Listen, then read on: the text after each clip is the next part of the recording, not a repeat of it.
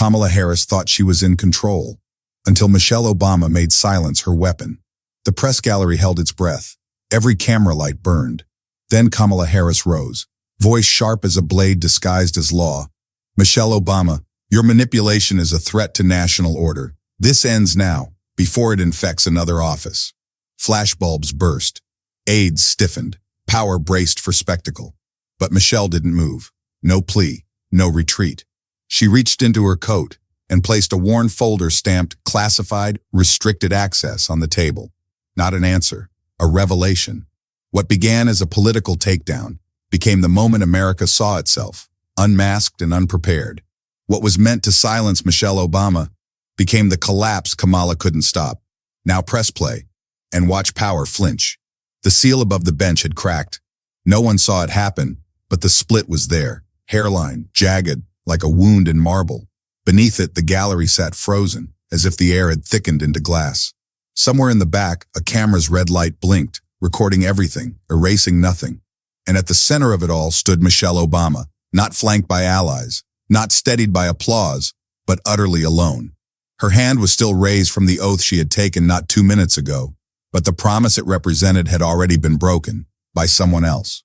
And not just someone. Kamala. It wasn't supposed to go this way, not here, not between them. The betrayal came not with a slap, not with a leak, but with a file. A single manila folder delivered mid-sentence. Kamala had done it without blinking. As Michelle began her testimony, calm, direct, dangerously close to a deeper truth, Kamala, seated in the council chair with a face carved from cold resolve, had lifted the folder and passed it silently to the clerk. No preamble, no permission, no mercy. Inside, transcripts, redacted, yes, but not enough. Private strategy sessions. Off-the-record quotes. A sealed deposition that had only one name on it, Michelle's. The moment it hit the record, you could feel it, like the courthouse itself flinched. A bulb above flickered. The clerk's hands trembled. Somewhere behind the bench, a bailiff whispered, "Oh my God." Michelle didn't move. Not at first. She stared at Kamala as if trying to remember her name in a dream turned nightmare. The silence pressed in. No gasps, no shouts, just the breathless, stuttering realization that everything was now different, that the line had been crossed in full view. Kamala adjusted the microphone. Her voice, when it came, was sharp enough to slice bone. "Madam First Lady, would you like to revise your statement?" It wasn't a question. It was a reckoning. The file, the very one they had agreed would stay buried, was now public. On the record, weaponized. Kamala had reached back in time, into a place they both swore they'd protect, and dragged its corpse into the light. And she'd done it like it meant nothing, like their shared past was nothing. The betrayal wasn't procedural. It was personal. This wasn't about political fallout. It was about who had once sat beside you in the war room, held your hand during midnights of doubt whispered through locked doors. We don't turn on each other, but she had, and she had done it with clean hands and a silver voice. Michelle's voice, when it came, cracked, not from weakness, but from something deeper. Not disbelief, but betrayal recognized. "May I see the full document?" she asked. Kamala nodded once, slowly, the nod of someone who had planned this, rehearsed this. A nod that said, "I warned you." Michelle took the file. Her fingers brushed the corner of a page where Kamala's initials had been blacked out, but not fully. Memos between them. Late-night drafts. A side-channel negotiation they both swore never existed. The room was still. The judge hadn't moved. The gallery didn't breathe. Only the sound of Michelle's page turning echoed. A soft sound, but devastating. There it was, in black and white. A quote, cut loose from its context. "We bury what we can't fix." That's how the system survives. Attributed to her, stripped of its meaning. Weaponized by someone who once called her sister. The lights above flickered again, an omen, or just bad wiring. But it didn't matter. The symbolism was complete. Something sacred had broken. Not justice, not truth, but trust. The room could no longer pretend to believe in integrity. Not after this. Michelle closed the folder and looked at Kamala. Not with rage, not with fear, but with grief. Pure, quiet, unbearable grief. The kind that doesn't scream but sinks, that hollows you from the inside out. Kamala didn't look away. She met Michelle's eyes, and for a second, just 1 second, her mask slipped. Not enough for remorse, but enough for regret. Enough to show that this too was costing her something. That even power had its price. And yet, she didn't stop, because the collapse had already begun. The judge called a recess. No one moved. The gavel never fell. The only sound was a single scream, muffled outside the gates of the Supreme Court. It sounded too young, too afraid, as if the next generation had just seen the truth for the first time, and didn't want it. The seal above the bench continued to crack. The courtroom would not forget, neither would the country, and neither, ever again, would they. The room didn't recover. Not when the gavel finally fell, not when the crowd filtered out like ghosts, not even when the reporters outside began to shout questions that sounded more like accusations. The seal above the bench remained split. The silence that followed the betrayal did not fade. It thickened. It coated everything. It made memory feel radioactive. Michelle stood by the witness box with the file still in her hands. Her eyes didn't scan the pages anymore. She wasn't reading. She was remembering. Not the words, but the woman across the aisle, Kamala Harris, and what they used to be before ambition demanded its tithe. Kamala hadn't moved. She sat still at the council table, her fingers laced like a steeple, elbows on the wood, eyes fixed forward as though Michelle were already gone, already irrelevant. She looked composed. But Michelle knew better. She'd seen Kamala in too many back rooms, during too many midnight drafts of crisis management speeches. Kamala Harris didn't get composed. She got cold. She got clinical. She got strategic. And now she was alone. But this wasn't just about them. It never was.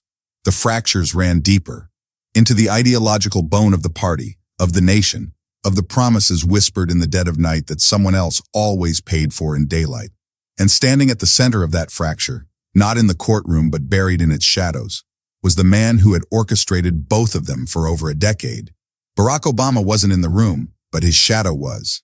Michelle could feel it, not just in the way Kamala had deployed the file, but in the way every camera turned to her, not as a witness, but as a proxy, as a woman who had once carried the moral weight of a movement, now reduced to damage control.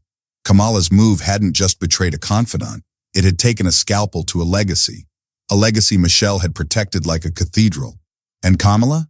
She was burning it for kindling. Across the street, behind bulletproof glass, in a room lined with screens and advisors, Barack watched in silence. They said he no longer interfered, that he had handed off the reins, but no one believed that. Not really. He wasn't the architect anymore. He was the blueprint. And the conflict unraveling in that courtroom bore his fingerprints. He had told them once, on a night too late and too quiet, that progress didn't come clean. That justice, real justice, was a slow, bitter crawl. And if it meant throwing a few truths into the fire to keep the dream alive, so be it. Kamala had taken that as doctrine. Michelle had never stopped bleeding from it, but Barack wasn't the only ghost in the room. There was another player now, uninvited, unspoken, watching from the far end of the gallery like a chess piece no one wanted to name. Alexandria Ocasio-Cortez had come without warning. She sat alone, no entourage, no expression, just those eyes, hungry, unflinching, already calculating where the cracks in power could be turned into leverage. She had warned Michelle, quietly, months ago, a whisper between fundraisers after a panel on climate equity and economic reparations. They're not loyal to people. They're loyal to control. Don't make me prove it. Michelle hadn't listened. She had believed, foolishly, that shared sacrifice meant shared trust. But AOC was watching now, not with satisfaction, not yet, but with precision. Like a surgeon waiting for the artery to rupture so she could step in and offer the bleeding heart a cure it didn't ask for. 3 women, each forged from a different fire, each standing on a separate ideological cliff. Michelle, the sentinel of institutional memory, still hoping that the soul of a system could be salvaged if she held on long enough. Something sacred had broken. Not justice, not truth, but trust. The room could no longer pretend to believe in integrity. Not after this. Michelle closed the folder and looked at Kamala, not with rage, not with fear, but with grief. Pure, quiet, unbearable grief. The kind that doesn't scream but sinks, that hollows you from the inside out. Kamala didn't look away. She met Michelle's eyes, and for a second, just 1 second, her mask slipped. Not enough for remorse, but enough for regret. Enough to show that this too was costing her something. That even power had its price. And yet, she didn't stop, because the collapse had already begun. The judge called a recess. No one moved. The gavel never fell. The only sound was a single scream, muffled outside the gates of the Supreme Court. It sounded too young, too afraid, as if the next generation had just seen the truth for the first time and didn't want it. The seal above the bench continued to crack. The courtroom would not forget, neither would the country, and neither, ever again, would they. The room didn't recover. Not when the gavel finally fell. Not when the crowd filtered out like ghosts. Not even when the reporters outside began to shout questions that sounded more like accusations. The seal above the bench remained split. The silence that followed the betrayal did not fade. It thickened. It coated everything. It made memory feel radioactive. Michelle stood by the witness box with the file still in her hands. Her eyes didn't scan the pages anymore. She wasn't reading. She was remembering.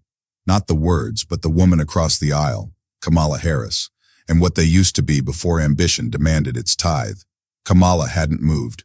She sat still at the council table, her fingers laced like a steeple, elbows on the wood, eyes fixed forward as though Michelle were already gone, already irrelevant. She looked composed. But Michelle knew better. She'd seen Kamala in too many back rooms, during too many midnight drafts of crisis management speeches. Kamala Harris didn't get composed. She got cold. She got clinical. She got strategic. And now she was alone. But this wasn't just about them. It never was. The fractures ran deeper, into the ideological bone of the party, of the nation, of the promises whispered in the dead of night that someone else always paid for in daylight. And standing at the center of that fracture, not in the courtroom but buried in its shadows, was the man who had orchestrated both of them for over a decade. Barack Obama wasn't in the room, but his shadow was. Michelle could feel it.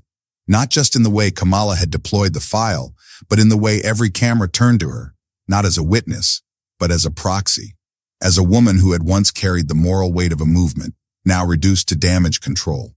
Kamala's move hadn't just betrayed a confidant, it had taken a scalpel to a legacy Michelle had protected like a cathedral. And Kamala? She was burning it for kindling. Across the street, behind bulletproof glass, in a room lined with screens and advisors, Barack watched in silence.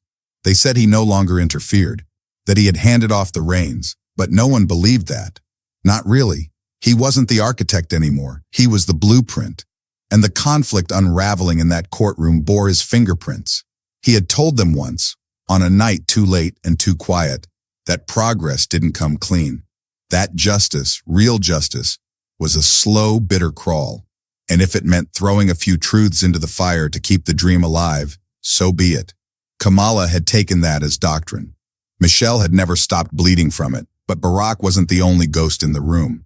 There was another player now, uninvited, unspoken, watching from the far end of the gallery like a chess piece no one wanted to name. Alexandria Ocasio-Cortez had come without warning. She sat alone, no entourage, no expression, just those eyes, hungry, unflinching, already calculating where the cracks in power could be turned into leverage. She had warned Michelle, quietly, months ago, a whisper between fundraisers after a panel on climate equity and economic reparations. They're not loyal to people. They're loyal to control. Don't make me prove it. Michelle hadn't listened. She had believed, foolishly, that shared sacrifice meant shared trust. But AOC was watching now, not with satisfaction, not yet, but with precision. Like a surgeon waiting for the artery to rupture so she could step in and offer the bleeding heart a cure it didn't ask for. 3 women, each forged from a different fire, each standing on a separate ideological cliff. Michelle, the sentinel of institutional memory, still hoping that the soul of a system could be salvaged if she held on long enough. Kamala, the tactician, cutting away sentiment to make room for survival. And AOC, the insurgent, patient but ruthless, waiting for the old order to collapse under its own lies so she could build something unrecognizable in its place. But the cracks weren't just ideological. They were personal. They always had been. Michelle remembered the first time she met Kamala. Not in public, not with cameras, but alone, behind a curtain at a donor summit in Oakland. Kamala had looked at her like a warning wrapped in admiration. "They want us to play sisters," Kamala had said, "but one of us is going to have to betray the other first. That's how history writes women in power." Michelle had laughed. She didn't now. That line rang louder than any verdict. AOC hadn't said much that day, but she had watched them both like she was cataloging fossils. Michelle hadn't known what to make of her. Too young, too idealistic, too loud. And yet, Not wrong. Now she realized what AOC had seen back then. Two women shackled to a machine that would eventually pit them against each other. It wasn't personal, not to the machine, but it was lethal. The courtroom emptied slowly, like the aftermath of a funeral where no one was sure who had died. The press wasn't calling it a betrayal yet, not officially, but the word was floating, twitching in the air like electricity before a storm. And everyone knew the headline was inevitable. Michelle walked past Kamala without a word. She didn't have to say it. The silence between them was louder than any accusation. But as she passed, Kamala whispered something. Not for the room, not for the microphones, just for her. I told you not to come for me. It wasn't threat. It wasn't rage. It was regret. And worse, it was honesty. Michelle didn't turn, but she knew the war had changed. Behind her, AOC stood. The only sound was her heels against marble, each step deliberate, a metronome counting down to something none of them were ready for. As Michelle reached the doors, she felt the weight of something irreversible. Not the betrayal that had already happened, but the knowledge that the world was now watching three women who could no longer pretend unity. The mask was gone, the sisterhood dead, and in its place, a new conflict. One forged not in policy, but in scars. Kamala would keep her seat for now, but she had made herself a cautionary tale. AOC would wait for the blood to dry, then move. Fast, merciless. And Michelle would return to the podium, not to forgive, not to forget, but to warn, because the fault lines weren't closing. They were opening wider, and beneath them something older and angrier waited. The file wasn't meant to surface, not like this, not here, not in the middle of Michelle's deposition, where the questions were still half-dressed in civility, and the gallery hadn't yet realized the walls were about to bleed. But the envelope had appeared anyway, passed hand to hand down the aisle like contraband at a funeral, until it reached the bench in a tremble. Judge Harlan hadn't opened it immediately. He'd simply stared at it, as though it carried a weight not measured in paper but in time. When he did open it, his eyes didn't widen. That would have been too honest. He just blinked. Once, twice. Then he slid it across the bench like a man placing a crucifix on an unmarked grave. Michelle hadn't seen the contents yet, but Kamala had. That much was clear in the sudden tightness around her jaw, the way her gaze shifted not toward the file but toward the courtroom clock. She wasn't shocked. She was measuring how long she had before it detonated. The judge's voice, usually gravel-laced and unimpressed, took on a new cadence. Neutral, slow, wrapped in something careful. Mrs. Obama, before we continue, new evidence has been introduced into the record. You may want to review it. He handed her the file like it was a live wire. Michelle opened it. The silence hit first, not around her, but inside her. A kind of internal implosion. Then came the nausea, that low flood of betrayal that made it hard to breathe. She blinked at the page once, again. But the words didn't change. It was a memo, dated 6 months ago, classified, buried, subject line, contingency coordination, primary narrative asset. Underneath, her name, her code name, her role. Michelle Obama, Nora 7. She flipped the page. It was a communications log, redacted, but not enough. Dozens of interactions between her staff and Kamala's senior legal advisor. Marked confidential, marked narrative alignment. A pattern emerged in the ink. Michelle's public statements, quietly curated behind the scenes. Policy remarks subtly tailored to match White House messaging. Legal framing massaged. Not collaboration, control. And then the line that cracked the room open. Subject remains unaware of full coordination protocol. Maintain operational ambiguity. Michelle dropped the folder. For a moment, the courtroom became still in a way that didn't feel natural. It wasn't just tension. It was awareness that some truth, long whispered and suspected, had just materialized in full view. Kamala didn't move, didn't speak. Her stillness was now a confession. Judge Harlan cleared his throat as if to break a spell. No one was ready to leave. We'll recess. 10 minutes. No one left. The courtroom had already changed. The spell wasn't broken. It was just beginning. Michelle stood slowly, not because she was unsure, but because she needed to feel the ground beneath her feet again. Everything else had just shifted. What she had believed was alliance had been orchestration. What she thought was trust had been architecture. She looked back at Kamala, but the vice president wouldn't meet her gaze. There was no anger in Kamala's posture, just inevitability, like someone who'd already mourned the friendship and was now waiting for the political fallout. In the back, a reporter whispered into her mic, We're hearing unconfirmed reports of classified memos suggesting coordinated messaging between the vice president's office and Michelle Obama's legal team. The feed cut. Abruptly. The courtroom's Wi-Fi was severed. Control had returned, but only for a heartbeat. Down the corridor, AOC waited in the shadow of a marble pillar. She hadn't entered the room. She didn't need to. The echo had already reached her. Aid in her ear, phone in her palm, pulse unreadable. She simply said, "It's happening." The aide asked if she wanted to prepare a response.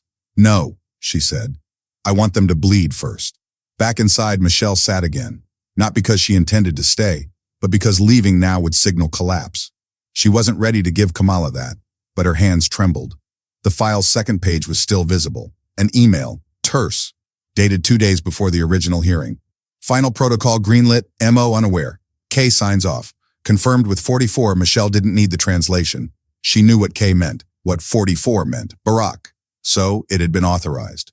Not just by Kamala, not just by some faceless legal drone, but by the man who had once told her she was the moral compass of the administration. The man who had told her silence could be sacred if it protected the future. The betrayal wasn't just bureaucratic. It was marital, familial, existential, and it had been buried, systematically, until now. Michelle's pulse throbbed behind her eyes. The recess ended. When the judge returned, he didn't resume with pleasantries. "Mrs. Obama, given the contents of the newly submitted documents, do you wish to amend your prior testimony?" Michelle's voice was steady, but hollow. "Yes." And then she did something that changed the course of everything. She stood, turned to the room, and said nothing. Just let the silence stretch.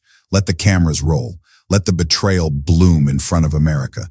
It wasn't spectacle. It was indictment, not of Kamala, not entirely, but of the system that had raised them both and expected them to devour one another when the math no longer worked.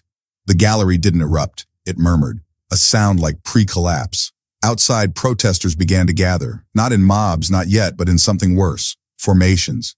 Groups organized not by slogans, but by absence. No signs, no chants, just eyes, watching, waiting. The kind of silence that precedes revolutions and coups. The kind of silence that institutions mistake for peace, right before they break. Back inside, the judge asked if Michelle wanted to continue. "No," she said. "Not until the rest of the files are unsealed." Kamala finally looked up. Her voice was smooth. "There are no other files." Michelle stepped forward. "Then unseal your emails." That broke something. Not in Kamala, but in the room, in the foundation. Because everyone knew what that meant. The vice president's internal comms. The bridge between the West Wing and this courtroom. The only place where strategy became confession. Kamala didn't answer. She simply folded her hands again. Outside, the National Archives server spiked in search traffic. Congressional inboxes began to flood. Someone at the DOJ placed a call they had sworn never to make. The unsealing had begun, not officially, but the institution was already unraveling. The coded language came next. A leak, strategic, unattributed, made its way to MSNBC. Concerns of narrative management tied to Obama-era continuity protocol resurface amid increasing demands for vice presidential transparency. CNN followed with a panel. Was the Obama legacy protected too aggressively, and at what cost? Fox didn't wait. Their chyron simply read, "Michelle Obama controlled, leaked docs explode DC lie." But the most damning response came from the public, not in riots, not in outrage, but in retreat. A sudden, deafening withdrawal of belief. Polling agencies reported a 9-point drop in institutional trust within hours. Donors paused contributions. Activist orgs issued statements, not condemning, but distancing. "We are monitoring developments closely. We remain committed to independent leadership." Even the White House press secretary gave the signal that history had turned. "We will not comment on independent judicial matters." Not unfounded, not partisan, just distance. A surgical cut.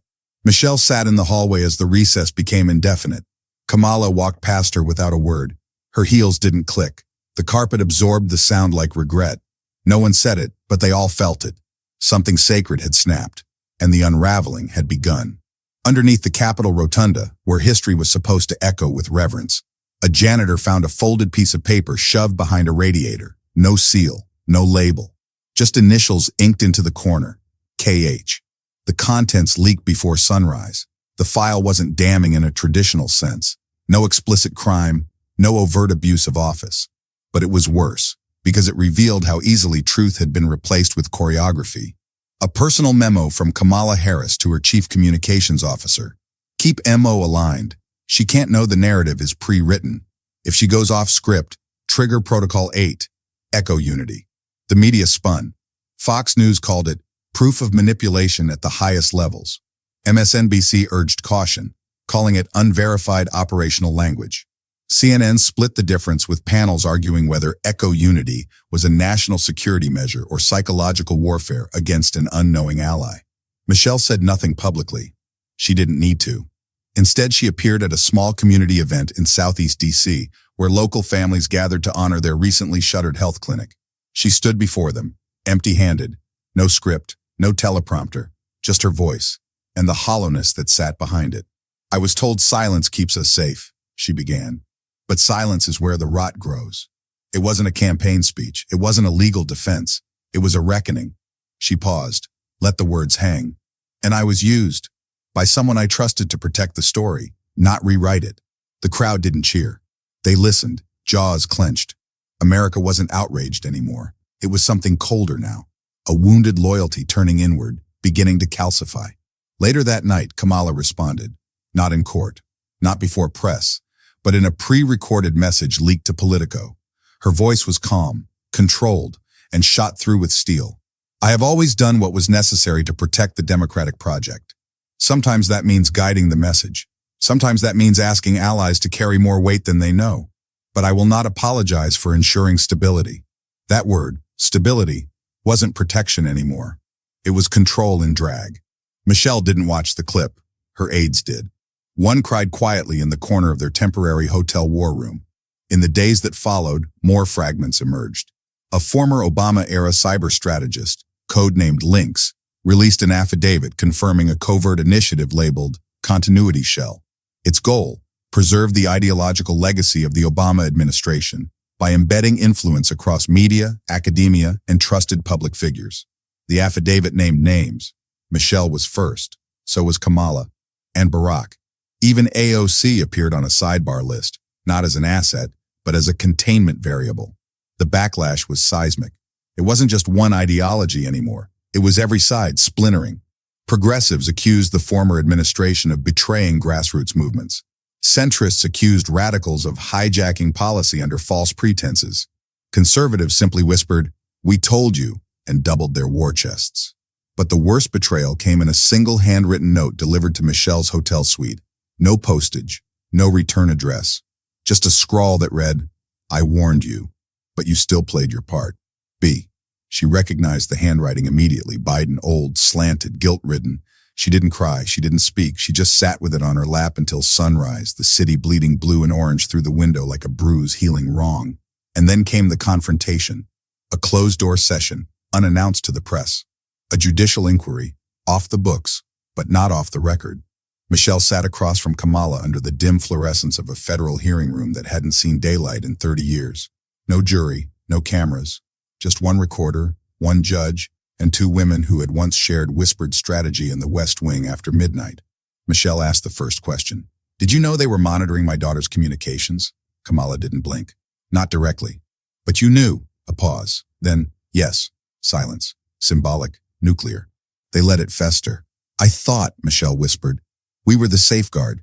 Kamala looked at her, finally truly looked at her, with something between pity and war. "We were, until we became the risk." That was it. The confession, the reversal, the moment when the story inverted, when Michelle realized she hadn't been betrayed by her enemies. She had been betrayed by the strategy of survival itself. Every legacy is a lie in motion, Kamala seemed to say. The only choice is whether you steer it or sink beneath it. Outside, reporters caught wind of the confrontation and camped the courthouse steps, holding signs that didn't belong to one political tribe anymore. They read, "Truth without trust is still a lie." Who narrates the narrators? Unseal everything. The tapes followed. A whistleblower released audio logs, recordings from strategy sessions between Harris's team, Michelle's advisors, and unnamed legacy operatives. On one, a voice that sounded like Barack's murmured, "We need her to believe it's her story. Only then will they follow." The country stopped, because now it wasn't just Kamala. It wasn't even just Barack. It was the myth of democratic authenticity itself, cracked open like bone under a boot. Another recording dropped hours later, this time from Michelle's side. An aide confessing they knew about Echo Unity but justified it because she wouldn't survive the backlash if she spoke her real mind. So now Michelle wasn't just a manipulated figurehead. She was a prisoner of her own allies' projections. And yet the public didn't know what to believe anymore. The truth was now layered like propaganda, every revelation a mirror facing another. Fox ran Michelle's clips side by side with the memo. She knew, they said. She played victim while building her own mythology. MSNBC parsed the recordings for inconsistencies. Maybe Kamala was right to preempt. And CNN asked the one question that echoed through every living room that still kept the TV on. Does integrity even survive inside the machine? The protests grew louder, not in numbers, in clarity. People began burning blank signs outside federal buildings. Not slogans, not demands, just paper. White, empty, flammable. The symbol was clear. There's nothing left to write on this system. The fallout wasn't a riot, it was abandonment. Voter registration collapsed. Political donations tanked. Nonprofits dissolved. Movements disbanded, not in failure, but in disgust. The world hadn't ended, but its story had. And it was Kamala who spoke last. During a closed conference with Democratic Party leadership, someone leaked her final words before walking out. They needed a clean mother, a clean face. Michelle gave them that. And when she stopped playing clean, they blamed me. But I only protected the machine they built. Michelle, alone in her suite, lit Biden's note on fire and let it burn out in her sink. She stared into the ashes for a long time. The system had finally admitted it didn't believe in people, only in symbols. And she had been their best one. Now she was just another cautionary tale. The courtroom could no longer contain it. What began as a legal proceeding over procedural misconduct had become a battlefield where ideologies screamed louder than facts, and the Constitution, once revered, now bled from every citation like a torn flag waved by bitter survivors. The judge presiding wore a bulletproof vest beneath her robes, not because of a threat, but because the courtroom had turned into a symbol, and symbols now were the most endangered thing in America. Michelle stood again, called to testify not against Kamala Harris, but against the system they had both fortified and fractured. Her voice didn't crack, it calcified. We used stories, she said, to comfort, to unify. But eventually the story began to demand blood. In the back row, a man with a veteran's cap sobbed silently. Next to him, a girl no older than 16 scrolled a live stream titled, "Michelle's Lies Exposed, Again."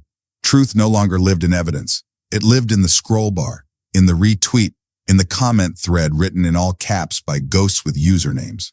Kamala watched without blinking. Her expression was unreadable.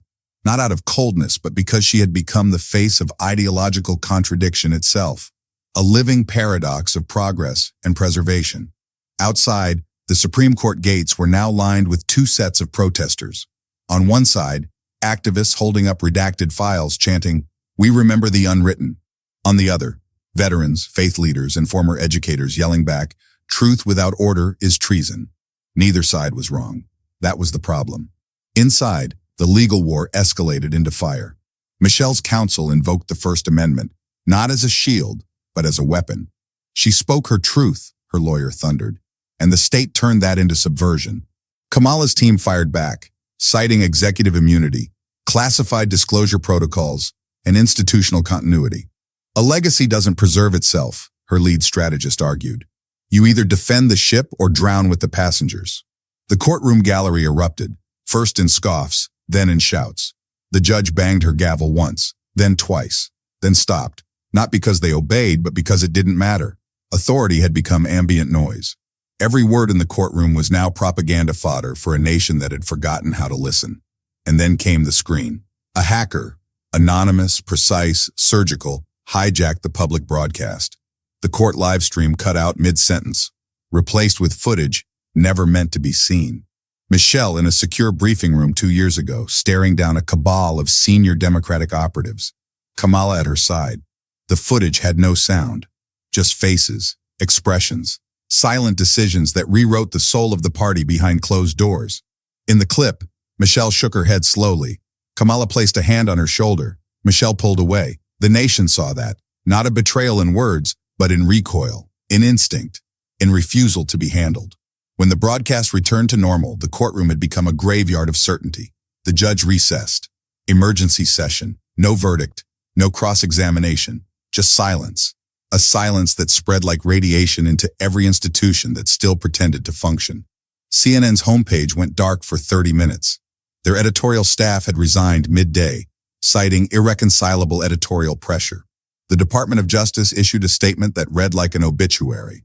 We can no longer determine where protection ends and manipulation begins. Twitter, now a blood sport ring posing as discourse, imploded. Verified accounts deleted themselves. Hashtags fought like viruses. Stand with Michelle. Echo unity truth. Harris forever. No one left to trust. Even the ACLU stumbled. Their statement was a maze of legal jargon that offered no conclusion. The intersection of individual conscience and institutional loyalty, it read, has created an unprecedented constitutional gray zone. That gray zone became the new battlefield. Law professors debated openly whether Michelle's testimony, though technically lawful, constituted ideological sabotage. Others called Kamala's protocol a benevolent surveillance model. Old rules were held up, turned in the light like bones, then discarded. The government, if it could still be called that, fractured into two kinds of actors. Those still pretending the old order functioned, and those who had embraced collapse as a new kind of order. Inside federal buildings, constitutional scholars were being recruited like wartime codebreakers. Their task? Reinterpret the document for a world where symbols meant more than structure. A leaked memo from a senior White House advisor read, "Either we upgrade the Constitution's emotional utility, or we lose the center completely." The phrase emotional utility triggered outrage, and not just from the right. Black Lives Matter chapters issued a joint statement. We did not march to become metaphors in someone else's campaign. Military officials remained silent, but someone leaked a high-level intelligence assessment describing the current crisis as a mass psychological fracture, not a security breach. The battlefield had become internal, national, personal. Kamala gave a private press conference, the last she would offer. "This isn't a trial anymore," she said. "It's a liturgy. Every side thinks they're the martyr." Michelle, appearing separately, responded without naming her. When every story is strategy, silence becomes the only honest act. Neither woman claimed victory, because there wasn't one. What followed was a week of ideological insurgency, digital, emotional, symbolic. Courthouses were surrounded, not with weapons, but with silence. Protesters stood with their backs to the building. Judges had to pass them to enter. Some wept, others didn't return. Professors stopped teaching. High school teachers stopped assigning civics. One wrote in chalk, "Teach what exactly? Trust?" The military remained stationed, but someone leaked their orders. Hold position, avoid escalation, observe societal disintegration metrics. In the vacuum, new voices emerged, false prophets and saviors alike. A new political faction called the Unscripted rose, promising total transparency and zero leadership. Their manifesto was just a live stream of a burning American flag played in reverse. AOC attempted to mediate, proposing an emergency unity platform built on restorative truth commissions. But both Michelle and Kamala declined to appear. Neither trusted the format. Neither believed in a clean resolution. Kamala retreated from public life, her last act a sealed file delivered to the Library of Congress marked, "For review upon collapse." Michelle made no such gesture. She simply vanished. Some say she returned to the South Side. Others say she moved overseas. One photo surfaced, her standing on a beach holding a child's hand, staring into the water. No one knows who took it. The institutions they once embodied began to eat themselves. The DNC collapsed under lawsuits and leaked documents. The RNC capitalized, but only briefly, until their own strategy files surfaced, showing they'd attempted to blackmail Michelle into running against Kamala 3 years earlier. The Supreme Court issued a final ruling. The Constitution, as currently interpreted, cannot withstand weaponized narrative warfare. The line was quoted in history textbooks for 2 years. Then the textbooks were withdrawn. Schools burned them, not in rage, in mourning. What remained was a shattered mirror of democracy, no longer clean, no longer whole, but honest in its fragments. And in that silence, America faced its most dangerous question. Not who do we believe, but what does belief even mean when truth has no keeper? Under the blazing wash of courtroom fluorescence that buzzed like dying wasps, the final verdict was read, but it was not justice that emerged. It was the sound of something ancient collapsing, not loudly, not with fire or bullets or chants, but with a cold, bureaucratic murmur that made grown men blink in disbelief. and Michelle Obama close her eyes for the last time in public. The ruling was delivered with surgical cruelty. Kamala Harris was exonerated, not because she was innocent, but because the law, when parsed through 37 subclauses and 13 precedents, found that the architecture of her betrayal had been legal, technically sound, morally void. Institutional loyalty, the court reasoned, had protected the country more than individual conscience ever could. Michelle did not flinch, not when the gavel came down, not when the audience gasped, not even when the man who once drafted her husband's first executive order stood up and applauded with both hands shaking. But a moment later, quiet, almost imperceptible, she reached into her jacket pocket and placed a single item on the defense table. A torn envelope, wax-sealed, red-stamped with 2 words, judicial breach. Kamala didn't touch it. She knew what it was. Everyone in that room who mattered knew. The letter was written 3 years ago, a last resort confession, signed by both women, detailing the day they had ordered the unconstitutional surveillance of protest leaders after the 2028 civic unrest. A decision never meant to surface. A pact forged in dusk-hour panic. Michelle had kept her copy. Kamala had burned hers. Now it was public record. The courtroom's oxygen turned to ice. There was no outcry, no rebuttal. Just the raw, metallic taste of betrayal, shared equally by friend, foe, and institution. A single camera, still broadcasting on a rogue feed, caught the exact second Kamala's face collapsed.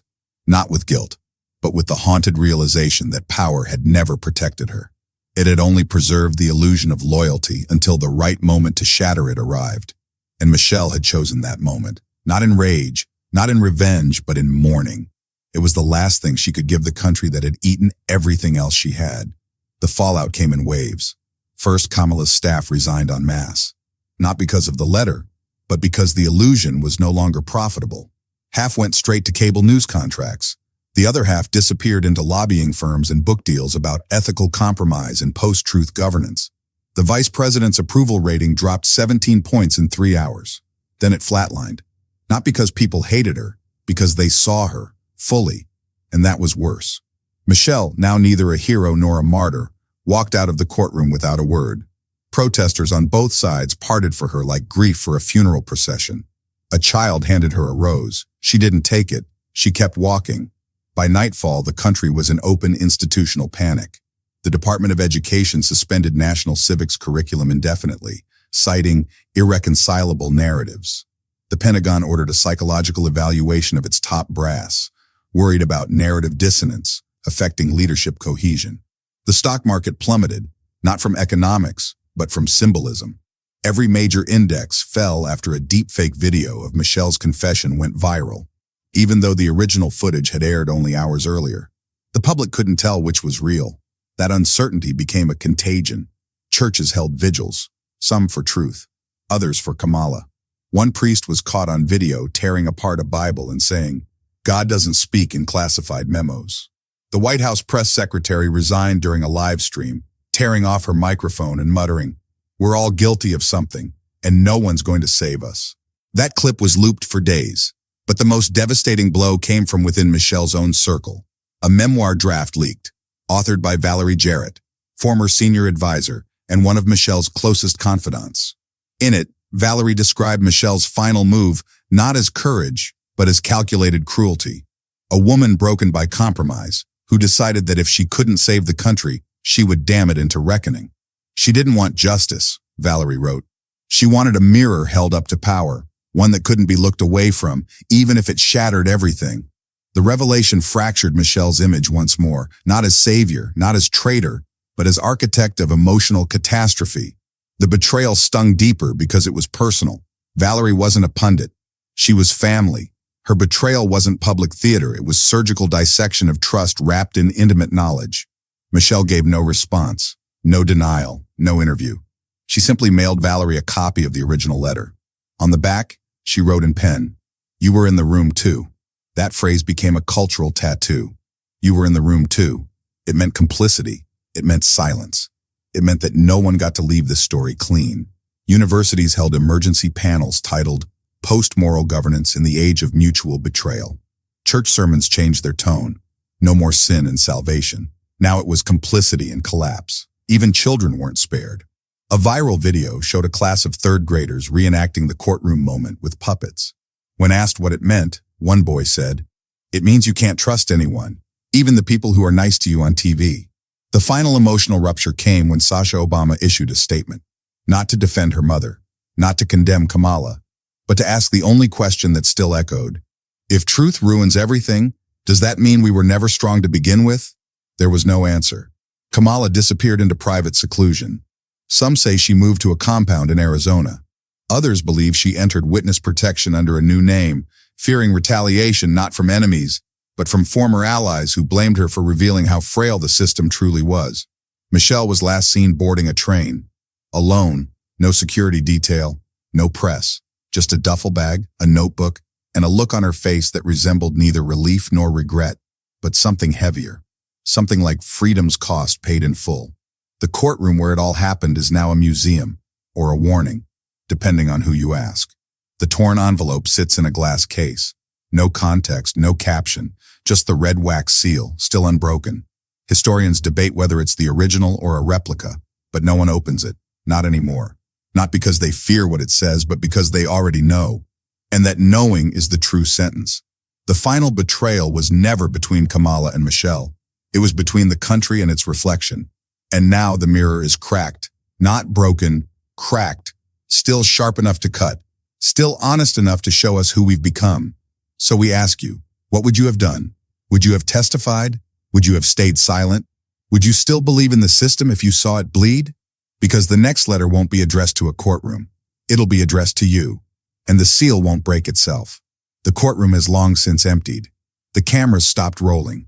The crowds dispersed. But the silence remains. Dense, unspeakable, alive. It has crept into government offices, into family dinner tables, into the clattering spaces between news segments that no longer end with, "We'll be right back." Because they won't be. Something in the country is not coming back. Outside the Supreme Court, the marble steps are stained, not with blood, but with candle wax melted from 1,000 vigils that no one could agree upon. Some mourn Michelle. Others mourn the country. Some mourn the silence that followed Kamala's disappearance, as if the void she left behind had more truth than her presence ever did. The line between grief and guilt blurred until neither meant anything anymore. In one version of the future, Michelle becomes a cautionary tale. School books, those that still dare to print names, refer to her as a necessary destabilizer, not a hero, not a traitor, a fulcrum, the tipping point before the collapse. Students study her last letter like sacred text, redacting half its lines and memorizing the rest without understanding them. Statues are debated but never built. Her memory becomes contested real estate in a war where every inch of meaning is weaponized. In this future, Kamala is neither villain nor martyr. She is a whisper, a disappearing act. Occasionally, a viral theory claims she faked her exile and runs a shadow network controlling state-level elections. Others insist she was silenced, by Michelle, by the intelligence community, by the truth. No one agrees. That is the new national condition, perpetual ambiguity. But in another version, far more haunting, the system reforms itself, not because it learned, but because it adapted. The next generation of politicians arrive not with idealism, but with algorithms. Truth is no longer debated, it is optimized. Public figures weaponize confession as performance. Courtrooms become sound stages. The language of accountability is monetized and looped in 15-second bites. Michelle's final stand is rebranded as legacy content, and Kamala becomes an AI-generated deepfake spokesperson in state PSAs reminding people to vote. The flag still waves, but only because no one has the heart or the clarity to take it down. And then there is a third path, the quietest, the most terrifying, the return to normal, where people forget, where complicity becomes comfort, where the phrase "you were in the room too" is rebranded into a podcast about institutional trauma that wins a Pulitzer and is optioned for a streaming drama. Michelle's letter becomes a museum relic, admired not for its content, but its calligraphy. Children are told the events of the trial were complicated. And anyway, wasn't the economy better now? In this world, the silence wins. Not through violence, not through repression, but through exhaustion. Truth becomes too heavy to carry, so it is left behind like luggage at a bus stop, still tagged, still visible, but untouched. And so the question remains, not in the headlines, not in the courts, but in the place no one likes to look, the mirror. Who won? Was it the woman who told the truth when it would destroy everything, Or the one who protected the lie because she thought the country couldn't survive the truth? Or was it neither? Was it the system itself, hungry enough to devour confession and secrecy alike, turning every betrayal into another page in its playbook? Look around. Do you feel safer? Do you feel wiser? Do you feel absolved? There are no answers, only aftermaths. And aftermaths are shaped not by verdicts, but by memory. So remember this: Michelle never claimed to be clean. Kamala never claimed to be pure. What destroyed them both wasn't what they did. It was what they knew. And what do you know now? That justice is a currency. That silence is a weapon. That truth, when unleashed, doesn't heal. It exposes. That the people closest to you can end you not with malice, but with memory. So the next time someone tells you they acted in the country's best interest, ask them, whose country? Whose interest? Ask yourself, if the truth came at the cost of your peace, would you still want it? Because here's the most damning part of all. The letter Michelle dropped on that table, it was just one. There are others, still sealed, still circulating, waiting, some in safes, some in hands, some in inboxes scheduled to send upon death. And you might be one of the names inside. A donor, a senator, a bystander, a voter. You were in the room too, and now the room is burning. Ash collects on the Capitol steps, like snow no one wants to acknowledge. A camera crew finds an abandoned press briefing folder near the Roosevelt Room. Inside, one quote, scrawled in handwriting no one will admit to. The cost of freedom is silence, paid in advance. No one claims it. No one denies it. The network airs it on loop for days, then drops it. Too ambiguous, too dangerous, too real. So now we speak to you, not as narrator, not as witness, but as the silence between verdicts. You've watched the collapse. You've seen the betrayal. You've felt the echo of what can't be repaired. So what will you do? Comment, reflect, witness, or walk away. But whatever you do, don't pretend you didn't hear it. Don't pretend you weren't here. Because when the next name is read, when the next letter is dropped, when the next courtroom folds in on itself, they'll look to you. And you won't be able to say you didn't know. You were in the room too. So what now? Do you still believe in the system that asked for your silence? Do you still trust the faces that smiled at the camera while redacting the truth behind closed doors? Or have you finally seen it?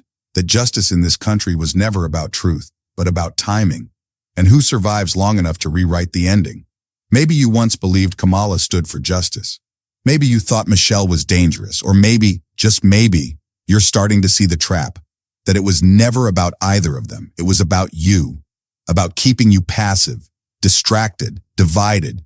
Tell us the truth, not the version you post, the one you whisper to yourself when no one's watching. Have you ever chosen comfort over conscience? Have you ever stayed quiet because the lie benefited you?